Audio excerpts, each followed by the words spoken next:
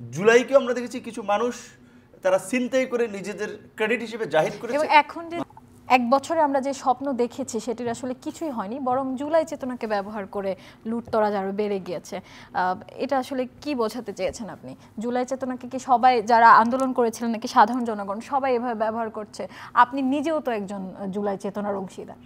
Right, ৭১-এর মুক্তিযুদ্ধ একটা জনযুদ্ধ ছিল, কিন্তু সেই যুদ্ধের সমস্ত ক্রেডিটকে এবং কৃতিত্বকে ছিনতাই করে আওয়ামী লীগ একটা নিজস্ব বয়ান তৈরি করে আসলে তাদের রাজনীতিকে মহিমান্বিত করার চেষ্টা করেছে, যার ফলে শেখ মুজিবুর রহমানের মতো একজন জাতীয় নেতা, কিন্তু তাকে জাতীয় নেতার চেয়ে যখন একটা রাজনৈতিক কাল্ট হিসেবে বিনির্মাণ করার চেষ্টা করেছে, ন্যারেটিভ তৈরি করার চেষ্টা করেছে এবং সেই ন্যারেটিভকে জায়েজ করার জন্য, বয়ান তৈরি করার জন্য যখন ভিন্ন মতকে নির্মূল করার একটা মিশনে নেমেছে, যার ফলে গত ১৬ বছরে একটা একদলীয় এখানে ফ্যাসিবাদ তৈরি হয়েছে, সেটা কিন্তু মানুষ ওইভাবে গ্রহণ করে নাই। বরঞ্চ আপনি দেখেছেন এই গণ অভ্যুত্থানের পরে কীভাবে শেখ মুজিবুর রহমানের এই ভাস্কর্য কিংবা ইয়েগুলো ভেঙেছে।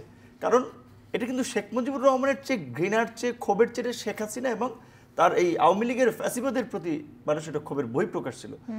এই ২৪-এর গণ অভ্যুত্থান দেখেন, বাংলাদেশের বড় রাজনৈতিক দল হিসেবে আওয়ামী লীগের সময় বিএনপি ছিল, তার সহযোগী জামাত ছিল, অন্যান্য রাজনৈতিক দল ছিল, সবাই মিলে তারা সরকার বিরোধী আন্দোলন করেছে দীর্ঘদিন, কিন্তু একটা আন্দোলনে কিন্তু ওইভাবে রাজপথে রেজিস্ট্যান্স করতে পারে নাই বা সরকারকে পরাজিত করতে পারে নাই, বাধ্য করতে পারে নাই দাবি আদায়ে। আমরা সর্বপ্রথম ২০১৮ সালে একটা অরাজনৈতিক আন্দোলন থেকে এই কোটা সংস্কার আন্দোলন আপনারা দেখেছিলেন, যেটা বলে যে শেখ হাসিনাকে নতজানু করতে আমরা বাধ্য করেছিলাম, যে সংসদে তিনি এই কোটা থাকবে না বলে ঘোষণা দিয়েছিলেন, যদি আমরা চেয়েছিলাম সংস্কার। তো এই আন্দোলনের পরেই কিন্তু সারা দেশের তরুণ কিংবা একটা প্রতিবাদী মানুষের মধ্যে একটা বোধ তৈরি হয়েছে যে জনগণ যদি ঐক্যবদ্ধ হয়, বিশেষ করে তরুণরা, তাহলে হয়তো এই পরিবর্তন, রাজনৈতিক পরিবর্তন সম্ভব। আমরা সেটা অনুযায়ী গ্র্যাজুয়ালি কাজ করেছি। রাজনৈতিক দল বিএনপি বলেন, জামাত বলেন, তারা আমাদেরকে সাপোর্ট করেছে এবং শেষ পর্যন্ত এই জুলাইয়ের গণ অভ্যুত্থানে একেবারেই সমস্ত দল মতের মানুষ, এমনকি যারা রাজনীতি করে না, কালচারাল লোকজন, গণমাধ্যমের লোকজন, বিভিন্ন প্রফেশনাল লোকজন, সবাই কিন্তু যখন দেখেছে তার চোখের সামনে তাদের সন্তানদেরকে নির্বিচারে গুলি করে মারতেছে, একটা সরকার তার কোনো দায়বদ্ধতা ফিল করতেছে না, আর রাষ্ট্রীয় বাহিনীকে ব্যবহার করে হেলিকপ্টার দিয়ে গুলি করাচ্ছে, বিল্ডিংয়ের ছাদ থেকে গুলি করাচ্ছে, সমস্ত মানুষ কিন্তু এই ফ্যাসিবাদের পতনে রাস্তায় এসে দাঁড়ালো। এখানে কিন্তু কাউকে ক্ষমতায় নেওয়ার জন্য, কাউকে এমপি বানানোর জন্য, কাউকে জাতীয় নেতা বানানোর জন্য, কাউকে মাস্টারমাইন্ড বানানোর জন্য জনগণ কিন্তু রাস্তায় নেমে আসে নাই।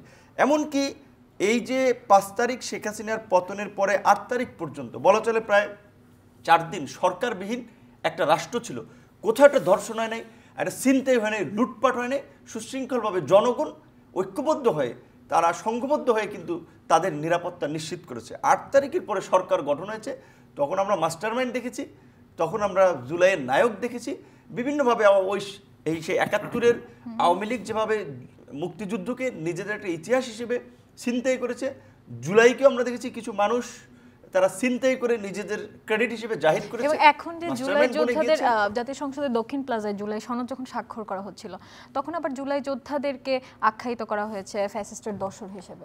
না, আমার কথা শেষ করছি যেটা, তো এই যে একটা সুবিধাবাদী গ্রুপের জন্ম হয়েছে, এরাই হচ্ছে জুলাইয়ের চেতনাকে নস্যাৎ করেছে, নিজেদের ধান্দা হাসিলে জুলাইকে ব্যবহার করেছে এবং এইটা অন্যরা অনেকে অনুসরণ করেছে, সেটা অনেক রাজনৈতিক দল এখানে ইনভলভ হয়ে গেছে।